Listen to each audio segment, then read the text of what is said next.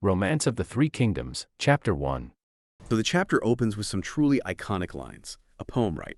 It sets this powerful tone immediately. It basically says, rolling waters of the Yangtze flow east, washing away countless heroes. Right and wrong, success and failure, all turn to dust in a blink.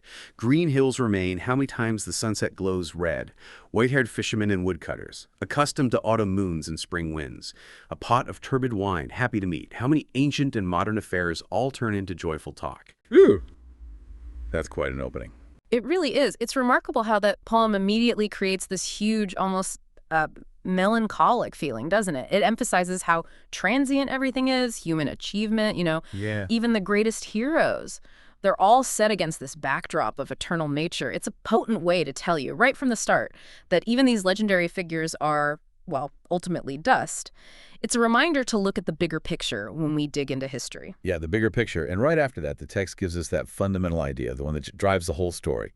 The general trend under heaven, after a long period of division, must unite. After a long period of unity, must divide. That cycle. Exactly. It's presented almost like a law of nature, and the source gives examples straight away to back this up. You have the Zhou dynasty leading to the Warring States, then unification under Qin. After Qin falls, you get the Chu-Han contention, more division, until finally unification under the Han dynasty. And this Han dynasty, the one that started famously with Gaozu cutting the white snake, well, it's now at its end, heading straight into the chaos we know as the Three Kingdoms period. Understanding these cycles, it really gives you a lens, doesn't it? For viewing patterns of power, how societies work. Some things just seem to repeat. That idea of repeating patterns, Yeah. it's deep. Does that mean history is just fatalistic? Or is there room for people, individuals, to change things? That's a fantastic question. And it's something the romance itself grapples with constantly. Yes, it presents history as cyclical, definitely. But it's the people within those cycles, their choices, their ambitions, their virtues, their flaws. That's what gives the story its drama. The mandate of heaven might shift, dynasties might fall, but how it happens, who wins, who loses, that's all very human. Okay, so that's the grand sweep of history. But what about the immediate trigger? The source must point to something specific that brought the Han down. Oh, it does, very specifically. It points directly to the reigns of two emperors, Huan and Ling. Emperor Huan's rule is summed up pretty bluntly: imprisoning good people and trusting eunuchs. Now, these eunuchs, they served in the emperor's private quarters, giving them incredible access and influence, bypassing the usual court structures. This set a really dangerous precedent. Suddenly, just being close to the emperor mattered more than your actual job or ability. And Emperor Ling, did he just let it continue or did it get worse? Oh, it definitely got worse. It spiraled under Ling. The eunuch problem really escalated. There was even a major attempt to fix it. General Du Wu and Grand Tutor Chen Fan, they plotted to get rid of the powerful eunuch Cao Ji and his group. But, well, they weren't careful enough. Secrecy was blown. Ah, so Yeah. backfired. Completely, they were killed. And the eunuchs, the text says they became even more rampant. So it's not just about bad apples. It shows how that kind of closeness to power, unchecked power, can corrupt the whole system. When a ruler trusts this sort of shadow government more than the official one, the rot spreads from the top down. And this is where it gets, well, really interesting. Emperor Ling's reign was also marked by all these bizarre, ominous signs. Like heaven itself was sending warnings. I mean, some of these are really specific. Like in Jianning's second year, on 69 AD, a fierce wind. And then a large green snake flies down from a beam in the palace, coils on the emperor's throne. He faints. Right. And then the snake just vanishes, followed by thunder, rain, hail, damaging houses. It's quite dramatic. And it kept happening. It certainly did. 2 years later, Jiang 4th year, 171 AD, an earthquake in the capital, Liangyin, and the sea overflows, washes people away on the coast. Then Guanghe, 1st year, 178 AD. This one's really strange. A female chicken turns into a male chicken. A chicken, seriously. Seriously. And in the 6th month, a huge black mist, like 10 jang high, that's over 30 feet, flies into one of the main halls. 7th month. A rainbow appears where it shouldn't, in Yutang, and a whole mountainside collapses. Wuyuan Mountain. Okay, That to us now, that sounds like maybe superstition, bad weather, maybe a coincidence with the chicken. How much real impact did these things have back then? That's a crucial point. These weren't just random oddities to them. In ancient China, omens like these were seen as direct messages from heaven. They were interpreted as heaven showing its displeasure, a sign that the dynasty was losing the mandate of heaven its divine right to rule. So a political crisis, essentially. Absolutely. A huge political crisis. They were taken incredibly seriously. It created this climate of fear and uncertainty. And it's in this climate that a brave official, Counselor Kai Young, steps up. The emperor asks him, what's causing all these disasters? And Kai Young points the finger directly. He says it's women and eunuchs interfering in politics. Wow, that took guts. Blaming the emperor's inner circle, maybe even the empress. Huge risk. And it didn't end well for him, predictably. The powerful eunuch Cao Ji was watching, saw the emperor's reaction, and then framed Kai Yong for other things. Got him sent away, back to his village. So speaking truth to power was punished, and the eunuchs consolidated their position. Exactly. This incident really cemented their power, especially the group known as the Ten Attendants. You had Zhang Rang, Zhao Zong, Feng Zhu, Duangui, Cao Ji himself, Huzlan, and others. Emperor Ling trusted Zhang Rang so completely, the text says he even called him father. Father. Incredible. That says everything about who held the real influence. It really does. What's fascinating here is how these omens became part of the political game. Interpreting heaven's signs was dangerous, yes, but also a way to criticize the regime, to challenge authority. It shows how beliefs can be, well, weaponized in power struggles, and the result of all this unchecked corruption. The text is clear. The government declining daily, causing unrest among the people and bandits rising everywhere. You see the direct link. Corruption at the top leads to instability below. And it really shows that ripple effect, how politics and belief intertwine. Precisely. Public morale must have been plummeting. And this unrest, this fertile ground of discontent, it leads us to the spark, the actual rebellion. Enter the three Zhang brothers from Julu County, Zhang Jiao, Zhang Bao, and Zhang Lang. Now, Zhang Jiao's origin story is, well, it's pretty mystical. He's a failed scholar, goes into the mountains gathering herbs, and meets this figure, the old immortal of Nanhua. Green eyes, childlike face, carrying a staff, who gives him 3 volumes of a book. The Taiping Yaoshu, The Essential Arts of Great Peace. And critically, the immortal gives him a warning. He says, basically, use this to help people save the world. But if you have evil intentions, you'll suffer for it. So there's a moral weight to it from the start, a divine mission almost. Yes, it gives him immense spiritual authority, which he definitely uses. He studies the book, and suddenly he can supposedly summon wind and rain. It's called the Taiping Taoist. Huh. Then the timing. Zongping first year, 184 AD. A plague hits. Perfect opportunity. Zhang Jiao uses charmed water to cure people, declares himself the great worthy teacher. And people flock to him. You have to imagine the desperation, corruption, omens, now plague. Then someone offers hope, maybe even miracles. If you were just a regular person then, seeing all this, the omens, the government falling apart, what's the breaking point? When do you join something like the Yellow Turbans? That's exactly the sentiment he tapped into. His movement just exploded. First, over 500 disciples, then he organizes them. 36 Fang districts, basically. Big ones with over 10,000 people, smaller ones 7,000, each with a leader. So it wasn't just a mob, it was organized. Highly organized, almost like a parallel state, fueled by spiritual belief and military structure. And they had that slogan. So memorable. The blue heaven is dead, the yellow heaven shall rise, the year is Jiazi, the worlds will be auspicious. People writing Jiazi on their gates in chalk. That's brilliant messaging, really gets the word out. Absolutely brilliant. Simple, powerful, offers a complete alternative. And if we connect this to the bigger picture, it's that potent mix. Spiritual belief, sheer desperation from plague and bad government, and this compelling message. That's how it spread across 8 provinces so fast. He even understood palace intrigue, sent a follower, Ma Yuani, to bribe one of the 10 attendants, Feng Zhu, trying to get support from inside the court. Smart. And Zhang Jiao himself apparently said something like, the hardest thing is winning people's hearts. Now we have them. If we don't grab the world now, we'll regret it. He saw the moment. He absolutely saw the moment. But you know how these things go. Despite the planning, the momentum, it unraveled. Quickly, one of his own disciples, Tang Zhu, betrayed the plot, went straight to the imperial court. Ah, betrayal, a classic element. So the element of surprise was lost. Completely. The emperor calls in General Hijin, swift action. Ma Yurani is caught and executed. Feng Shu, the bribe eunuch, gets thrown in prison along with others. So Zhang Jiao hears his plot is exposed. What does he do? He has to act immediately. Launches the uprising overnight, no more waiting for the coordinated date. And declares the titles. Yes, he proclaims himself Heavenly General, Zongbao, earthly general, and Zongliang, human general, and their message to the masses. The Han's time is up. A great sage is here. Obey heaven, follow righteousness, achieve great peace. And the scale of this was huge. Immense. The Yellow Turban Army, named for their headwear, swelled to 400,000, maybe 500,000 people. They initially just swept aside the unprepared imperial forces. It just showed the raw power of that message, that fervor, mobilizing so many desperate people. So the government response had to be serious. Extremely serious. General He Jin advises the emperor, issue orders for local defense everywhere, get everyone fighting back, and dispatch the professionals. Elite troops under Liu Ji, Huang Fusang, and Zhu Jin were sent out in 3 main forces to crush the rebellion. And just like that, the stage is set.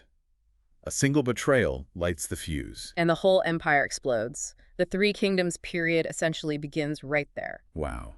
Well, it's chaos, basically. The Han Dynasty is in deep trouble. You've got this massive uprising, the Yellow Turban Rebellion spreading like wildfire. Threatening everything. Absolutely.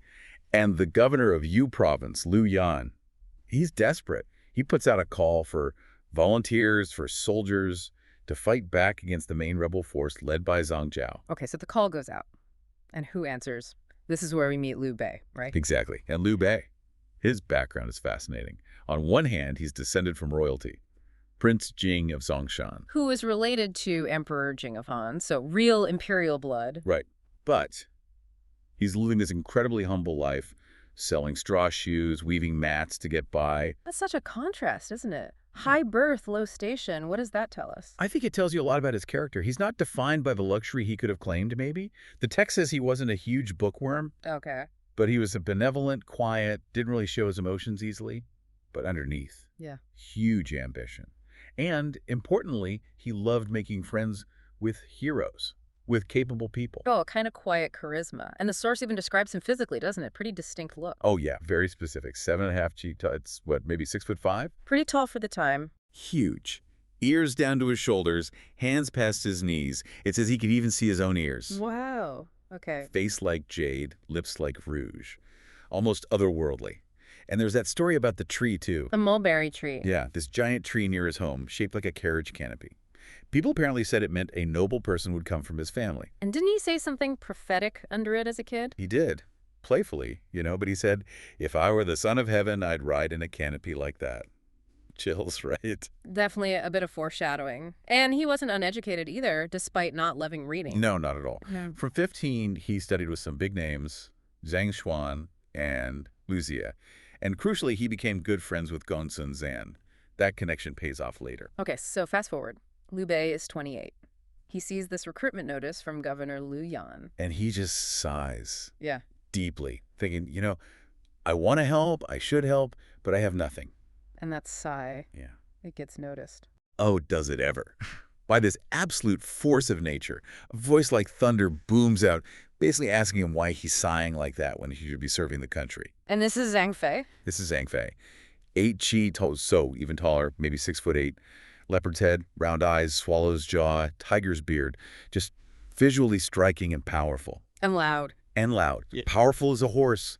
He doesn't mince words. So what happens? Zhang Fei confronts him. Yeah, very directly. Why are you sighing? And Liu Bei explains, I'm of imperial lineage. I want to destroy these rebels, but I'm powerless. I have no money. And Zhang Fei's reaction. It's immediate. Zhang Fei reveals he's actually quite wealthy, lives in the area, Zuo commandery, sells wine, slaughters pigs. And crucially, like Liu Bei, he loves befriending heroes. Ah, shared value there. Exactly. And he just says, I have money, let's gather some local braves and do this thing together. Just like that. Offers everything. Wow, that's an incredibly quick trust. What do you think sparks that? Just the shared desire to act, Liu Bei's presence. Probably a mix. The desperate times, maybe Zhang Fei recognizing that quiet ambition in Liu Bei, that imperial lineage probably didn't hurt either. It's a potent combination. So they decide to team up. They head to an inn for a drink. And then another incredible figure walks in. This is Guan Yu. Describe him for us. The source is quite detailed again, right? Very. He's even taller. 9 chi, almost 7.5 feet tall. a long, like 2-foot beard. Oh. Faith like a red date, red lips, these striking phoenix eyes and silkworm eyebrows. Just incredibly imposing, dignified. You'd notice him walk into a room. Definitely sounds like it. And he has a bit of a past, too. Yeah, this is interesting. He's originally from Hedong, but he'd been living in the Jianghu for 5 or 6 years. The Jianghu, that's like the world of martial artists, wanderers, kind of outside mainstream society. Exactly. He was on the move because he'd killed a local tyrant, someone who was abusing their power back home. So he's clearly a man of action and maybe a bit of an outlaw edge. And he's also looking to join the army against the rebels. Yes, that's why he's there. He hears Liu Bei and Zhang Fei talking about their plan. And Liu Bei invites him. Instantly, sees this incredible figure, hears his intent, invites him to join, and Guan Yu is just as quick to accept. Suddenly, the three of them are together. Amazing. So you have the noble leader, the fierce warrior with resources, and the righteous fugitive warrior. A perfect trio, almost destined. And it's Zhang Fei who suggests they make it official. Also, He says, look, the peach trees in my orchard behind the house are blooming beautifully. Let's go there tomorrow, offer sacrifices to heaven and earth, and become sworn brothers. the Peach Garden Oath. This is probably the most famous moment from the novel, isn't it? Absolutely iconic. It symbolizes everything about their bond. So they do it. They get a black ox, a white horse, light incense. And make this incredible vow. Can you remind us of the key lines? It's powerful stuff. They basically say, we three, Liu Bei, Guan Yu, and Zhang Fei, though of different surnames, join in brotherhood. We'll combine our strength, help those in danger, serve the state above, bring peace to the people below. And that famous line about birth and death. Right. We don't seek to be born on the same day, month, and year, but we seek to die on the same day, month, and year. May heaven and earth witness our hearts. If we betray righteousness or forget kindness, may heaven and man destroy us. Wow. I mean, in that society, making an oath like that, invoking heaven and earth, that wasn't just words, was it? Not at all. This was deadly serious. It created a bond deeper than family for some. It was a sacred commitment, a pact that defined their entire lives and actions moving forward. It gave their mission a kind of spiritual weight. So, after the oath, They established the hierarchy based on age. Liu Bei is the eldest brother, Guan Yu the second, and Zhang Fei the youngest. and then they celebrate. They do. They feast in the Peach Garden with the 300 or so local braves they had already managed to recruit thanks to Zhang Fei's initial offer. The core of their force is formed. Okay, so they have the men, they have this unbreakable bond, but they still need equipment, right? Especially horses. Right. That's the next hurdle. But then, almost like fate intervening. Don't tell me more help arrives. Exactly. 2 big-time merchants from Zongshan, Zheng Shipping, and Sushuang show up at Zhang Fei's place. They were traveling with a huge herd of horses, but turned back because a rebellion was making travel too dangerous. And they just happen to run into Liu Bei. Yep. They hear about Liu Bei's ambition, his noble lineage, his plan to help the country, and they're so impressed. They help out. Massively. They donate 50 top-quality horses, 500 taels of gold and silver, a significant amount of money, and 1,000 jin of fine steel. That's like, what, 1,300 pounds of steel? That's incredible generosity. It shows Liu Bei already had this ability to inspire people, even strangers. Absolutely. That donation is critical. It allows them to actually forge the weapons that become legendary. Ah, okay. So this is where the iconic weapons come from. This is it. They hire the best blacksmiths. Liu Bei gets his famous twin swords. Guan Yu. Guan Yi gets the Green Dragon Crescent Blade, also called the Cold Beauty Saw. And the text specifies it weighed 82 jin. Which is, yeah, how heavy is that actually? It's enormous, maybe around 100 pounds. Just wielding it required incredible strength. Unbelievable. And Zhang Fei. He gets his 18-foot serpent spear. Another fearsome, unique weapon. Plus, they all get full sets of armor. So now they're properly equipped, and their numbers grow. Yeah, with the gear and the growing reputation, their force swells to over 500 men ready for action. So what's the first move? Do they report in? They do. They go to Zhu Jing, the military commander who Liu Yan had tasked with recruitment. Zhu Jing takes them to meet Governor Liu Yan himself. And how does Liu Yan react, especially learning about Liu Bei's lineage? He's delighted. He recognizes Liu Bei's imperial connection, even accepts him formally as a nephew. This gives Liu Bei a crucial link to the established power structure: legitimacy. Very important. And then the fighting starts almost immediately. Almost instantly, news comes in. A yellow turban general, Cheng Yuanzi, is bearing down on Zhu Commandery with 50,000 troops. 50,000 against Liu Bei's 500. Well, Liu Yan dispatches Zhou Jing with presumably more troops, but Liu Bei and his brothers and their core 500 are sent out with him to face the enemy head-on at Daxing Mountain. This is their first real test. Okay, the first clash. How does it go? It's decisive. Liu Bei leads his force forward. Chen Yuanzi sends out his second-in-command, Deng Mao, to challenge them. Zhang Fei rides out, serpent spear ready. One thrust right through Deng Mao's heart. Kills him instantly. Wow, just like that. Just like that. Chen Yuanzi, the main general, sees this, gets furious, and charges at Zhang Fei himself, swinging his sword. But Guan Yu is there too. Guan Yu intercepts him, raises that massive green dragon crescent blade, and cuts Chen Yuanzi clean in two. Sliced him in half. Good grief. With one blow. The rebel army, seeing both their leaders killed so quickly and brutally, just panics and breaks. Liu Bei's side wins a stunning victory. What a debut on the battlefield. No wonder the source includes a poem about it. Yeah, it emphasizes how they revealed their sharpness that day, testing their new spear and blade, establishing their names right at the start. Incredible start. But they don't rest long, do they? There's another call for help. Right away, they get an urgent message from Gong Jing, the governor of Qing Province. His city is besieged by another huge yellow turban force. He needs help desperately. And Liu Bei steps up again. Without hesitation. Volunteers to lead the rescue. Governor Liu Yan agrees, sending Zhu Jing again, this time with 5,000 official troops to support Liu Bei, Guan Yu, Zhang Fei, and their original band. Okay, so they have more numbers this time, but they're still facing a large siege force. And initially it seems overwhelming. They engage the rebels outside Qing Province, but the enemy numbers are just too great.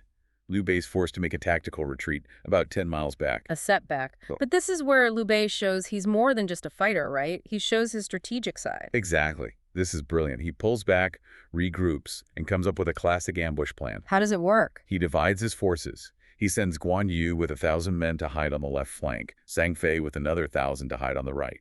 They're told to wait for the signal banging gongs. Okay, setting a trap. Precisely. The next day, Liu Bei and Zhu Jing lead the main force forward again, drums beating, making a big show. Then they pretend to falter, feign a retreat, deliberately drawing the pursuing rebels over a specific mountain ridge. Leading them right into the kill zone. Perfectly. Once the rebels are past the ridge and committed, Liu Bei gives the signal. The gongs sound. And Guan Yu and Zhang Fei attack from the side. Exactly. They burst out from their hiding places, hitting the rebel flanks hard. At the same moment, Liu Bei's main force turns around and attacks from the front again. A three-pronged attack.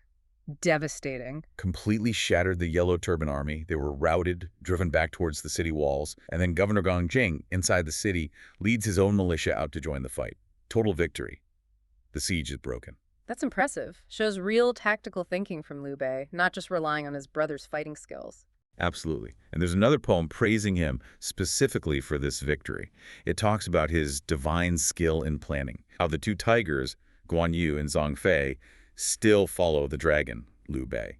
It notes he's achieving great things even while still technically poor and without his own domain. Recognizing his potential early on. So, Qing Province is saved. What's next? Does he stick around? No, his loyalty pulls him elsewhere. He finds out his old teacher, Lu Ji, one of the scholars he studied under, is in trouble. Lu Ji is fighting the main Yellow Turban leader, Zhang Jiao himself, at a place called Guangzong. So duty calls again. Loyalty to his teacher this time. Right. Zhu Jing takes the official troops back, accomplished, but Liu Bei, Guan Yu, and Zhang Fei decide to take their original 500 men and head towards Guangzong to help Lu Ji. And Liu Ji welcomes them. Warmly. He knows Liu Bei, respects him. So the brothers join his campaign. Their journey, their legend is really just beginning, but they've already made quite a mark. The Han Dynasty. It had stood for centuries, right? But now, it's weak. Corruption, infighting, it's falling apart. And this fragility just erupts into this massive uprising. The Yellow Turban Rebellion, led by this guy, Zhang Jiao, shaking the empire to its core. And it was huge, this rebellion, not just one place. You had General Lu Zi fighting Zhang Jiao himself up at Guangzong. Lu Zi had, what, 50,000 troops? Facing Zhang Jiao's 150,000. Huge numbers, yeah, daunting odds. Meanwhile, you've got Generals Huang Fusong and Zhu Jun dealing with Zhang Jiao's brothers, Zhang Liang and Zhang Bao, down in Yingchuan. But here's where it gets pretty interesting. The Han generals weren't just sitting ducks. Huang Fusong and Zhu Jun at Changsha. They're clever. The rebels were camped out in tall grass. Right. Risky. So Huang Fusong and Zhu Jun, they wait. middle of the night, second watch. A fierce wind kicks up. Perfect timing. Perfect timing. They ordered their soldiers, each one carrying straw, to light the rebels' camp on fire. A fire attack. Classic, but effective. Totally effective. Can you just picture it? Flames shooting up, total chaos. Rebels scrambling, panicked, running without armor, without saddles even. A massive rout. Just devastating. So Zhang Liang and Zhang Bao, the rebel brothers, they're just reeling from this. Their army is scattered. They're desperately trying to escape this inferno, and they run smack into, well, someone new. Exactly. A new force blocking their escape. Cue the dramatic music, right? Yeah, pretty much. This is where we meet him. Their escape route is suddenly cut off by this formidable-looking army. And you know they mean business because all their flags are red, bright red, and leading them, a general steps forward. His name is written Cao Cao. Cao Cao. It's exactly. And the sources, they give us a pretty interesting first look at this Cao Cao. He's described as 7 feet tall, imposing, with narrow eyes and a long beard. His official rank at this moment, cavalry commandant. Okay. He's from Kiao Commandery in Pei State. And his family background is, well, it's complicated. His father, Tao Song, he was originally from the Jiahu clan. Really? Shahu? Yeah, but he was adopted by this powerful court eunuch, the central regular attendant Tao Tang. So that's how they got the Tao surname. It's a fascinating bit of lineage, connects him to different power bases right away. Interesting. As a kid, he had nicknames Aman and Ji Li, loved hunting, singing, dancing, apparently. But crucially, even then, he had this sharp mind for strategy, for adapting. And get this story from his childhood. It really shows you something. His uncle kept complaining to his dad, Cao Song, because young Cao Cao was always out, having too much fun. Revelry. Typical uncle. Right. So one day, Cao Cao sees his uncle coming. What does he do? Fakes a stroke, or maybe epilepsy. The sources vary. Collapses. No. Yes. The uncle freaks out, runs to tell Cao Cao's father. But when the father rushes over, Cao Cao is perfectly fine, acts totally normal. Clever. His dad asks, "Did you recover from the stroke?" Cao Cao just coolly goes, "Stroke? I've never had a sickness like that. Uncle must hate me. He's just making stuff up." Wow. And his father believed him. After that, anything the uncle said about Cao Cao's behavior, his dad just ignored it. Yeah. So this story, faking a stroke, is it just a kid being sneaky, or is it something more? What's your take? Well, it's definitely sneaky, but I think it's like a miniature version of the political maneuvering he'd do later. Yes. It shows this almost innate understanding of manipulating people's perceptions, controlling the narrative. Yeah, I see this. Skills that were absolutely vital if you wanted to get anywhere or even just survive in that Han court environment. He learned early how to shape things his way. And it wasn't just him being clever in private. People were already noticing him, making these big predictions. You had Cao Xuan saying he was like heaven-sent talent, the guy to save a world falling apart. High praise. And he, young of Nanyang, he thought Cao Cao was the one destined to bring peace back to the Han dynasty, even as it was dying. And then there's probably the most famous assessment. From Xu Shao of Runan, this guy Xu Shao, he was the judge of character back then. Everyone respected his opinion. Right. Apparently, when Cao Cao asked him for an assessment, Xu Shao didn't want to say anything at first. Hesitating? Yeah, but Cao Cao pressed him, and Xu Shao finally declared Cao Cao was, quote, a capable minister in an age of order, a treacherous hero in an age of chaos. Wow. That's complex. It really is. It nails the ambiguity, doesn't it? It suggests the very things you need to fix chaos, cunning, maybe ruthlessness, or exactly what make you dangerous if things were stable. It foreshadows his entire career, that duality. So he's got this reputation brewing. Wit, ambition. What did he actually do early on? Well, at 20, he gets recommended as filial and incorrupt Shaolian. It's a big deal. Gets him into court circles as a Lang, like an official in waiting. Then, pretty quickly, he's appointed northern captain of Luoyang, the capital. And he didn't waste time, right? The law enforcement thing. Not at all. He immediately goes hardcore, sets up these multicolored rods at the city gates, basically signaling extreme punishments. Makes it clear. Break the law, you pay, no matter who you are. And there's that story about Jian Shuo's uncle. Exactly. Jian Shuo was a super powerful eunuch, a central regular attendant. His uncle broke the night curfew. Cao Cao had him punished anyway. Bold move. Very bold. Kind of a shock and awe tactic. And it worked. Nobody dared break the rules after that. His prestige shot up. Later, he's magistrate of Dongui. Then the yellow turbans erupt and he gets that military appointment. Cavalry commandant. Leads 5,000 troops, infantry and cavalry. heads straight for Yingchuan, Right into the thick of it. right where Huang Fusung and Zhu Jun had just routed the rebels. And Cao Cao arrives just in time to intercept the fleeing Zhang Liang and Zhang Bao. He hits them hard, kills over 10,000 rebels, captures tons of equipment. Zhang Liang and Zhang Bao, they barely escape with their lives. It's a decisive first showing on the battlefield. He made his mark immediately. Okay, so Cao Cao is making waves, showing his capability, his ruthlessness even. But at the same time, you got our other little group of heroes, Liu Bei, Guan Yu, Zhang Fei. They're out there trying to do the right thing, but they run into a totally different kind of problem, didn't they? One that shows the rot in the system. Yeah, it's a stark contrast, and it really does raise questions about how power actually worked then, or didn't work. Take General Lu Zhi, remember him? Fighting the main rebel force. Yeah, outnumbered but holding his own. Exactly. He was apparently close to breaking Zhang Zhao, but victory got delayed. The sources mention Zhang Zhao using sorcery, which is, how they describe things they couldn't explain. Anyway, the court sends an investigator, a Yellow Gate attendant, Zhuo Feng, basically a powerful eunuch envoy. Uh-oh, I sense trouble. You guessed it.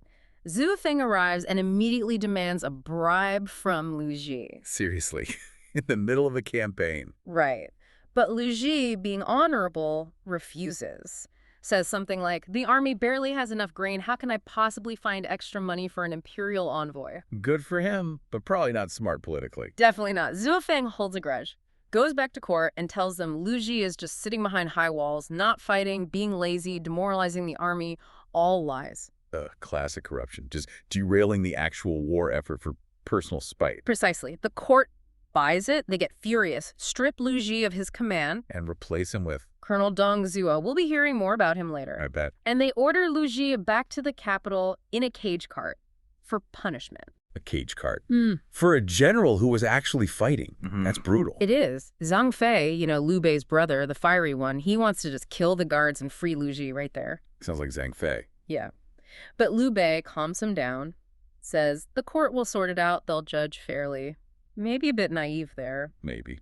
So the three of them, their commander's gone. They just leave. They basically have no choice. They decide to retreat north for the time being. But the chaos finds them again, doesn't it? It does. Just 2 days later, they're marching, and they stumble onto another battle. This time, it's a Han army getting absolutely hammered, routed. By who? The rebel brothers again. Nope.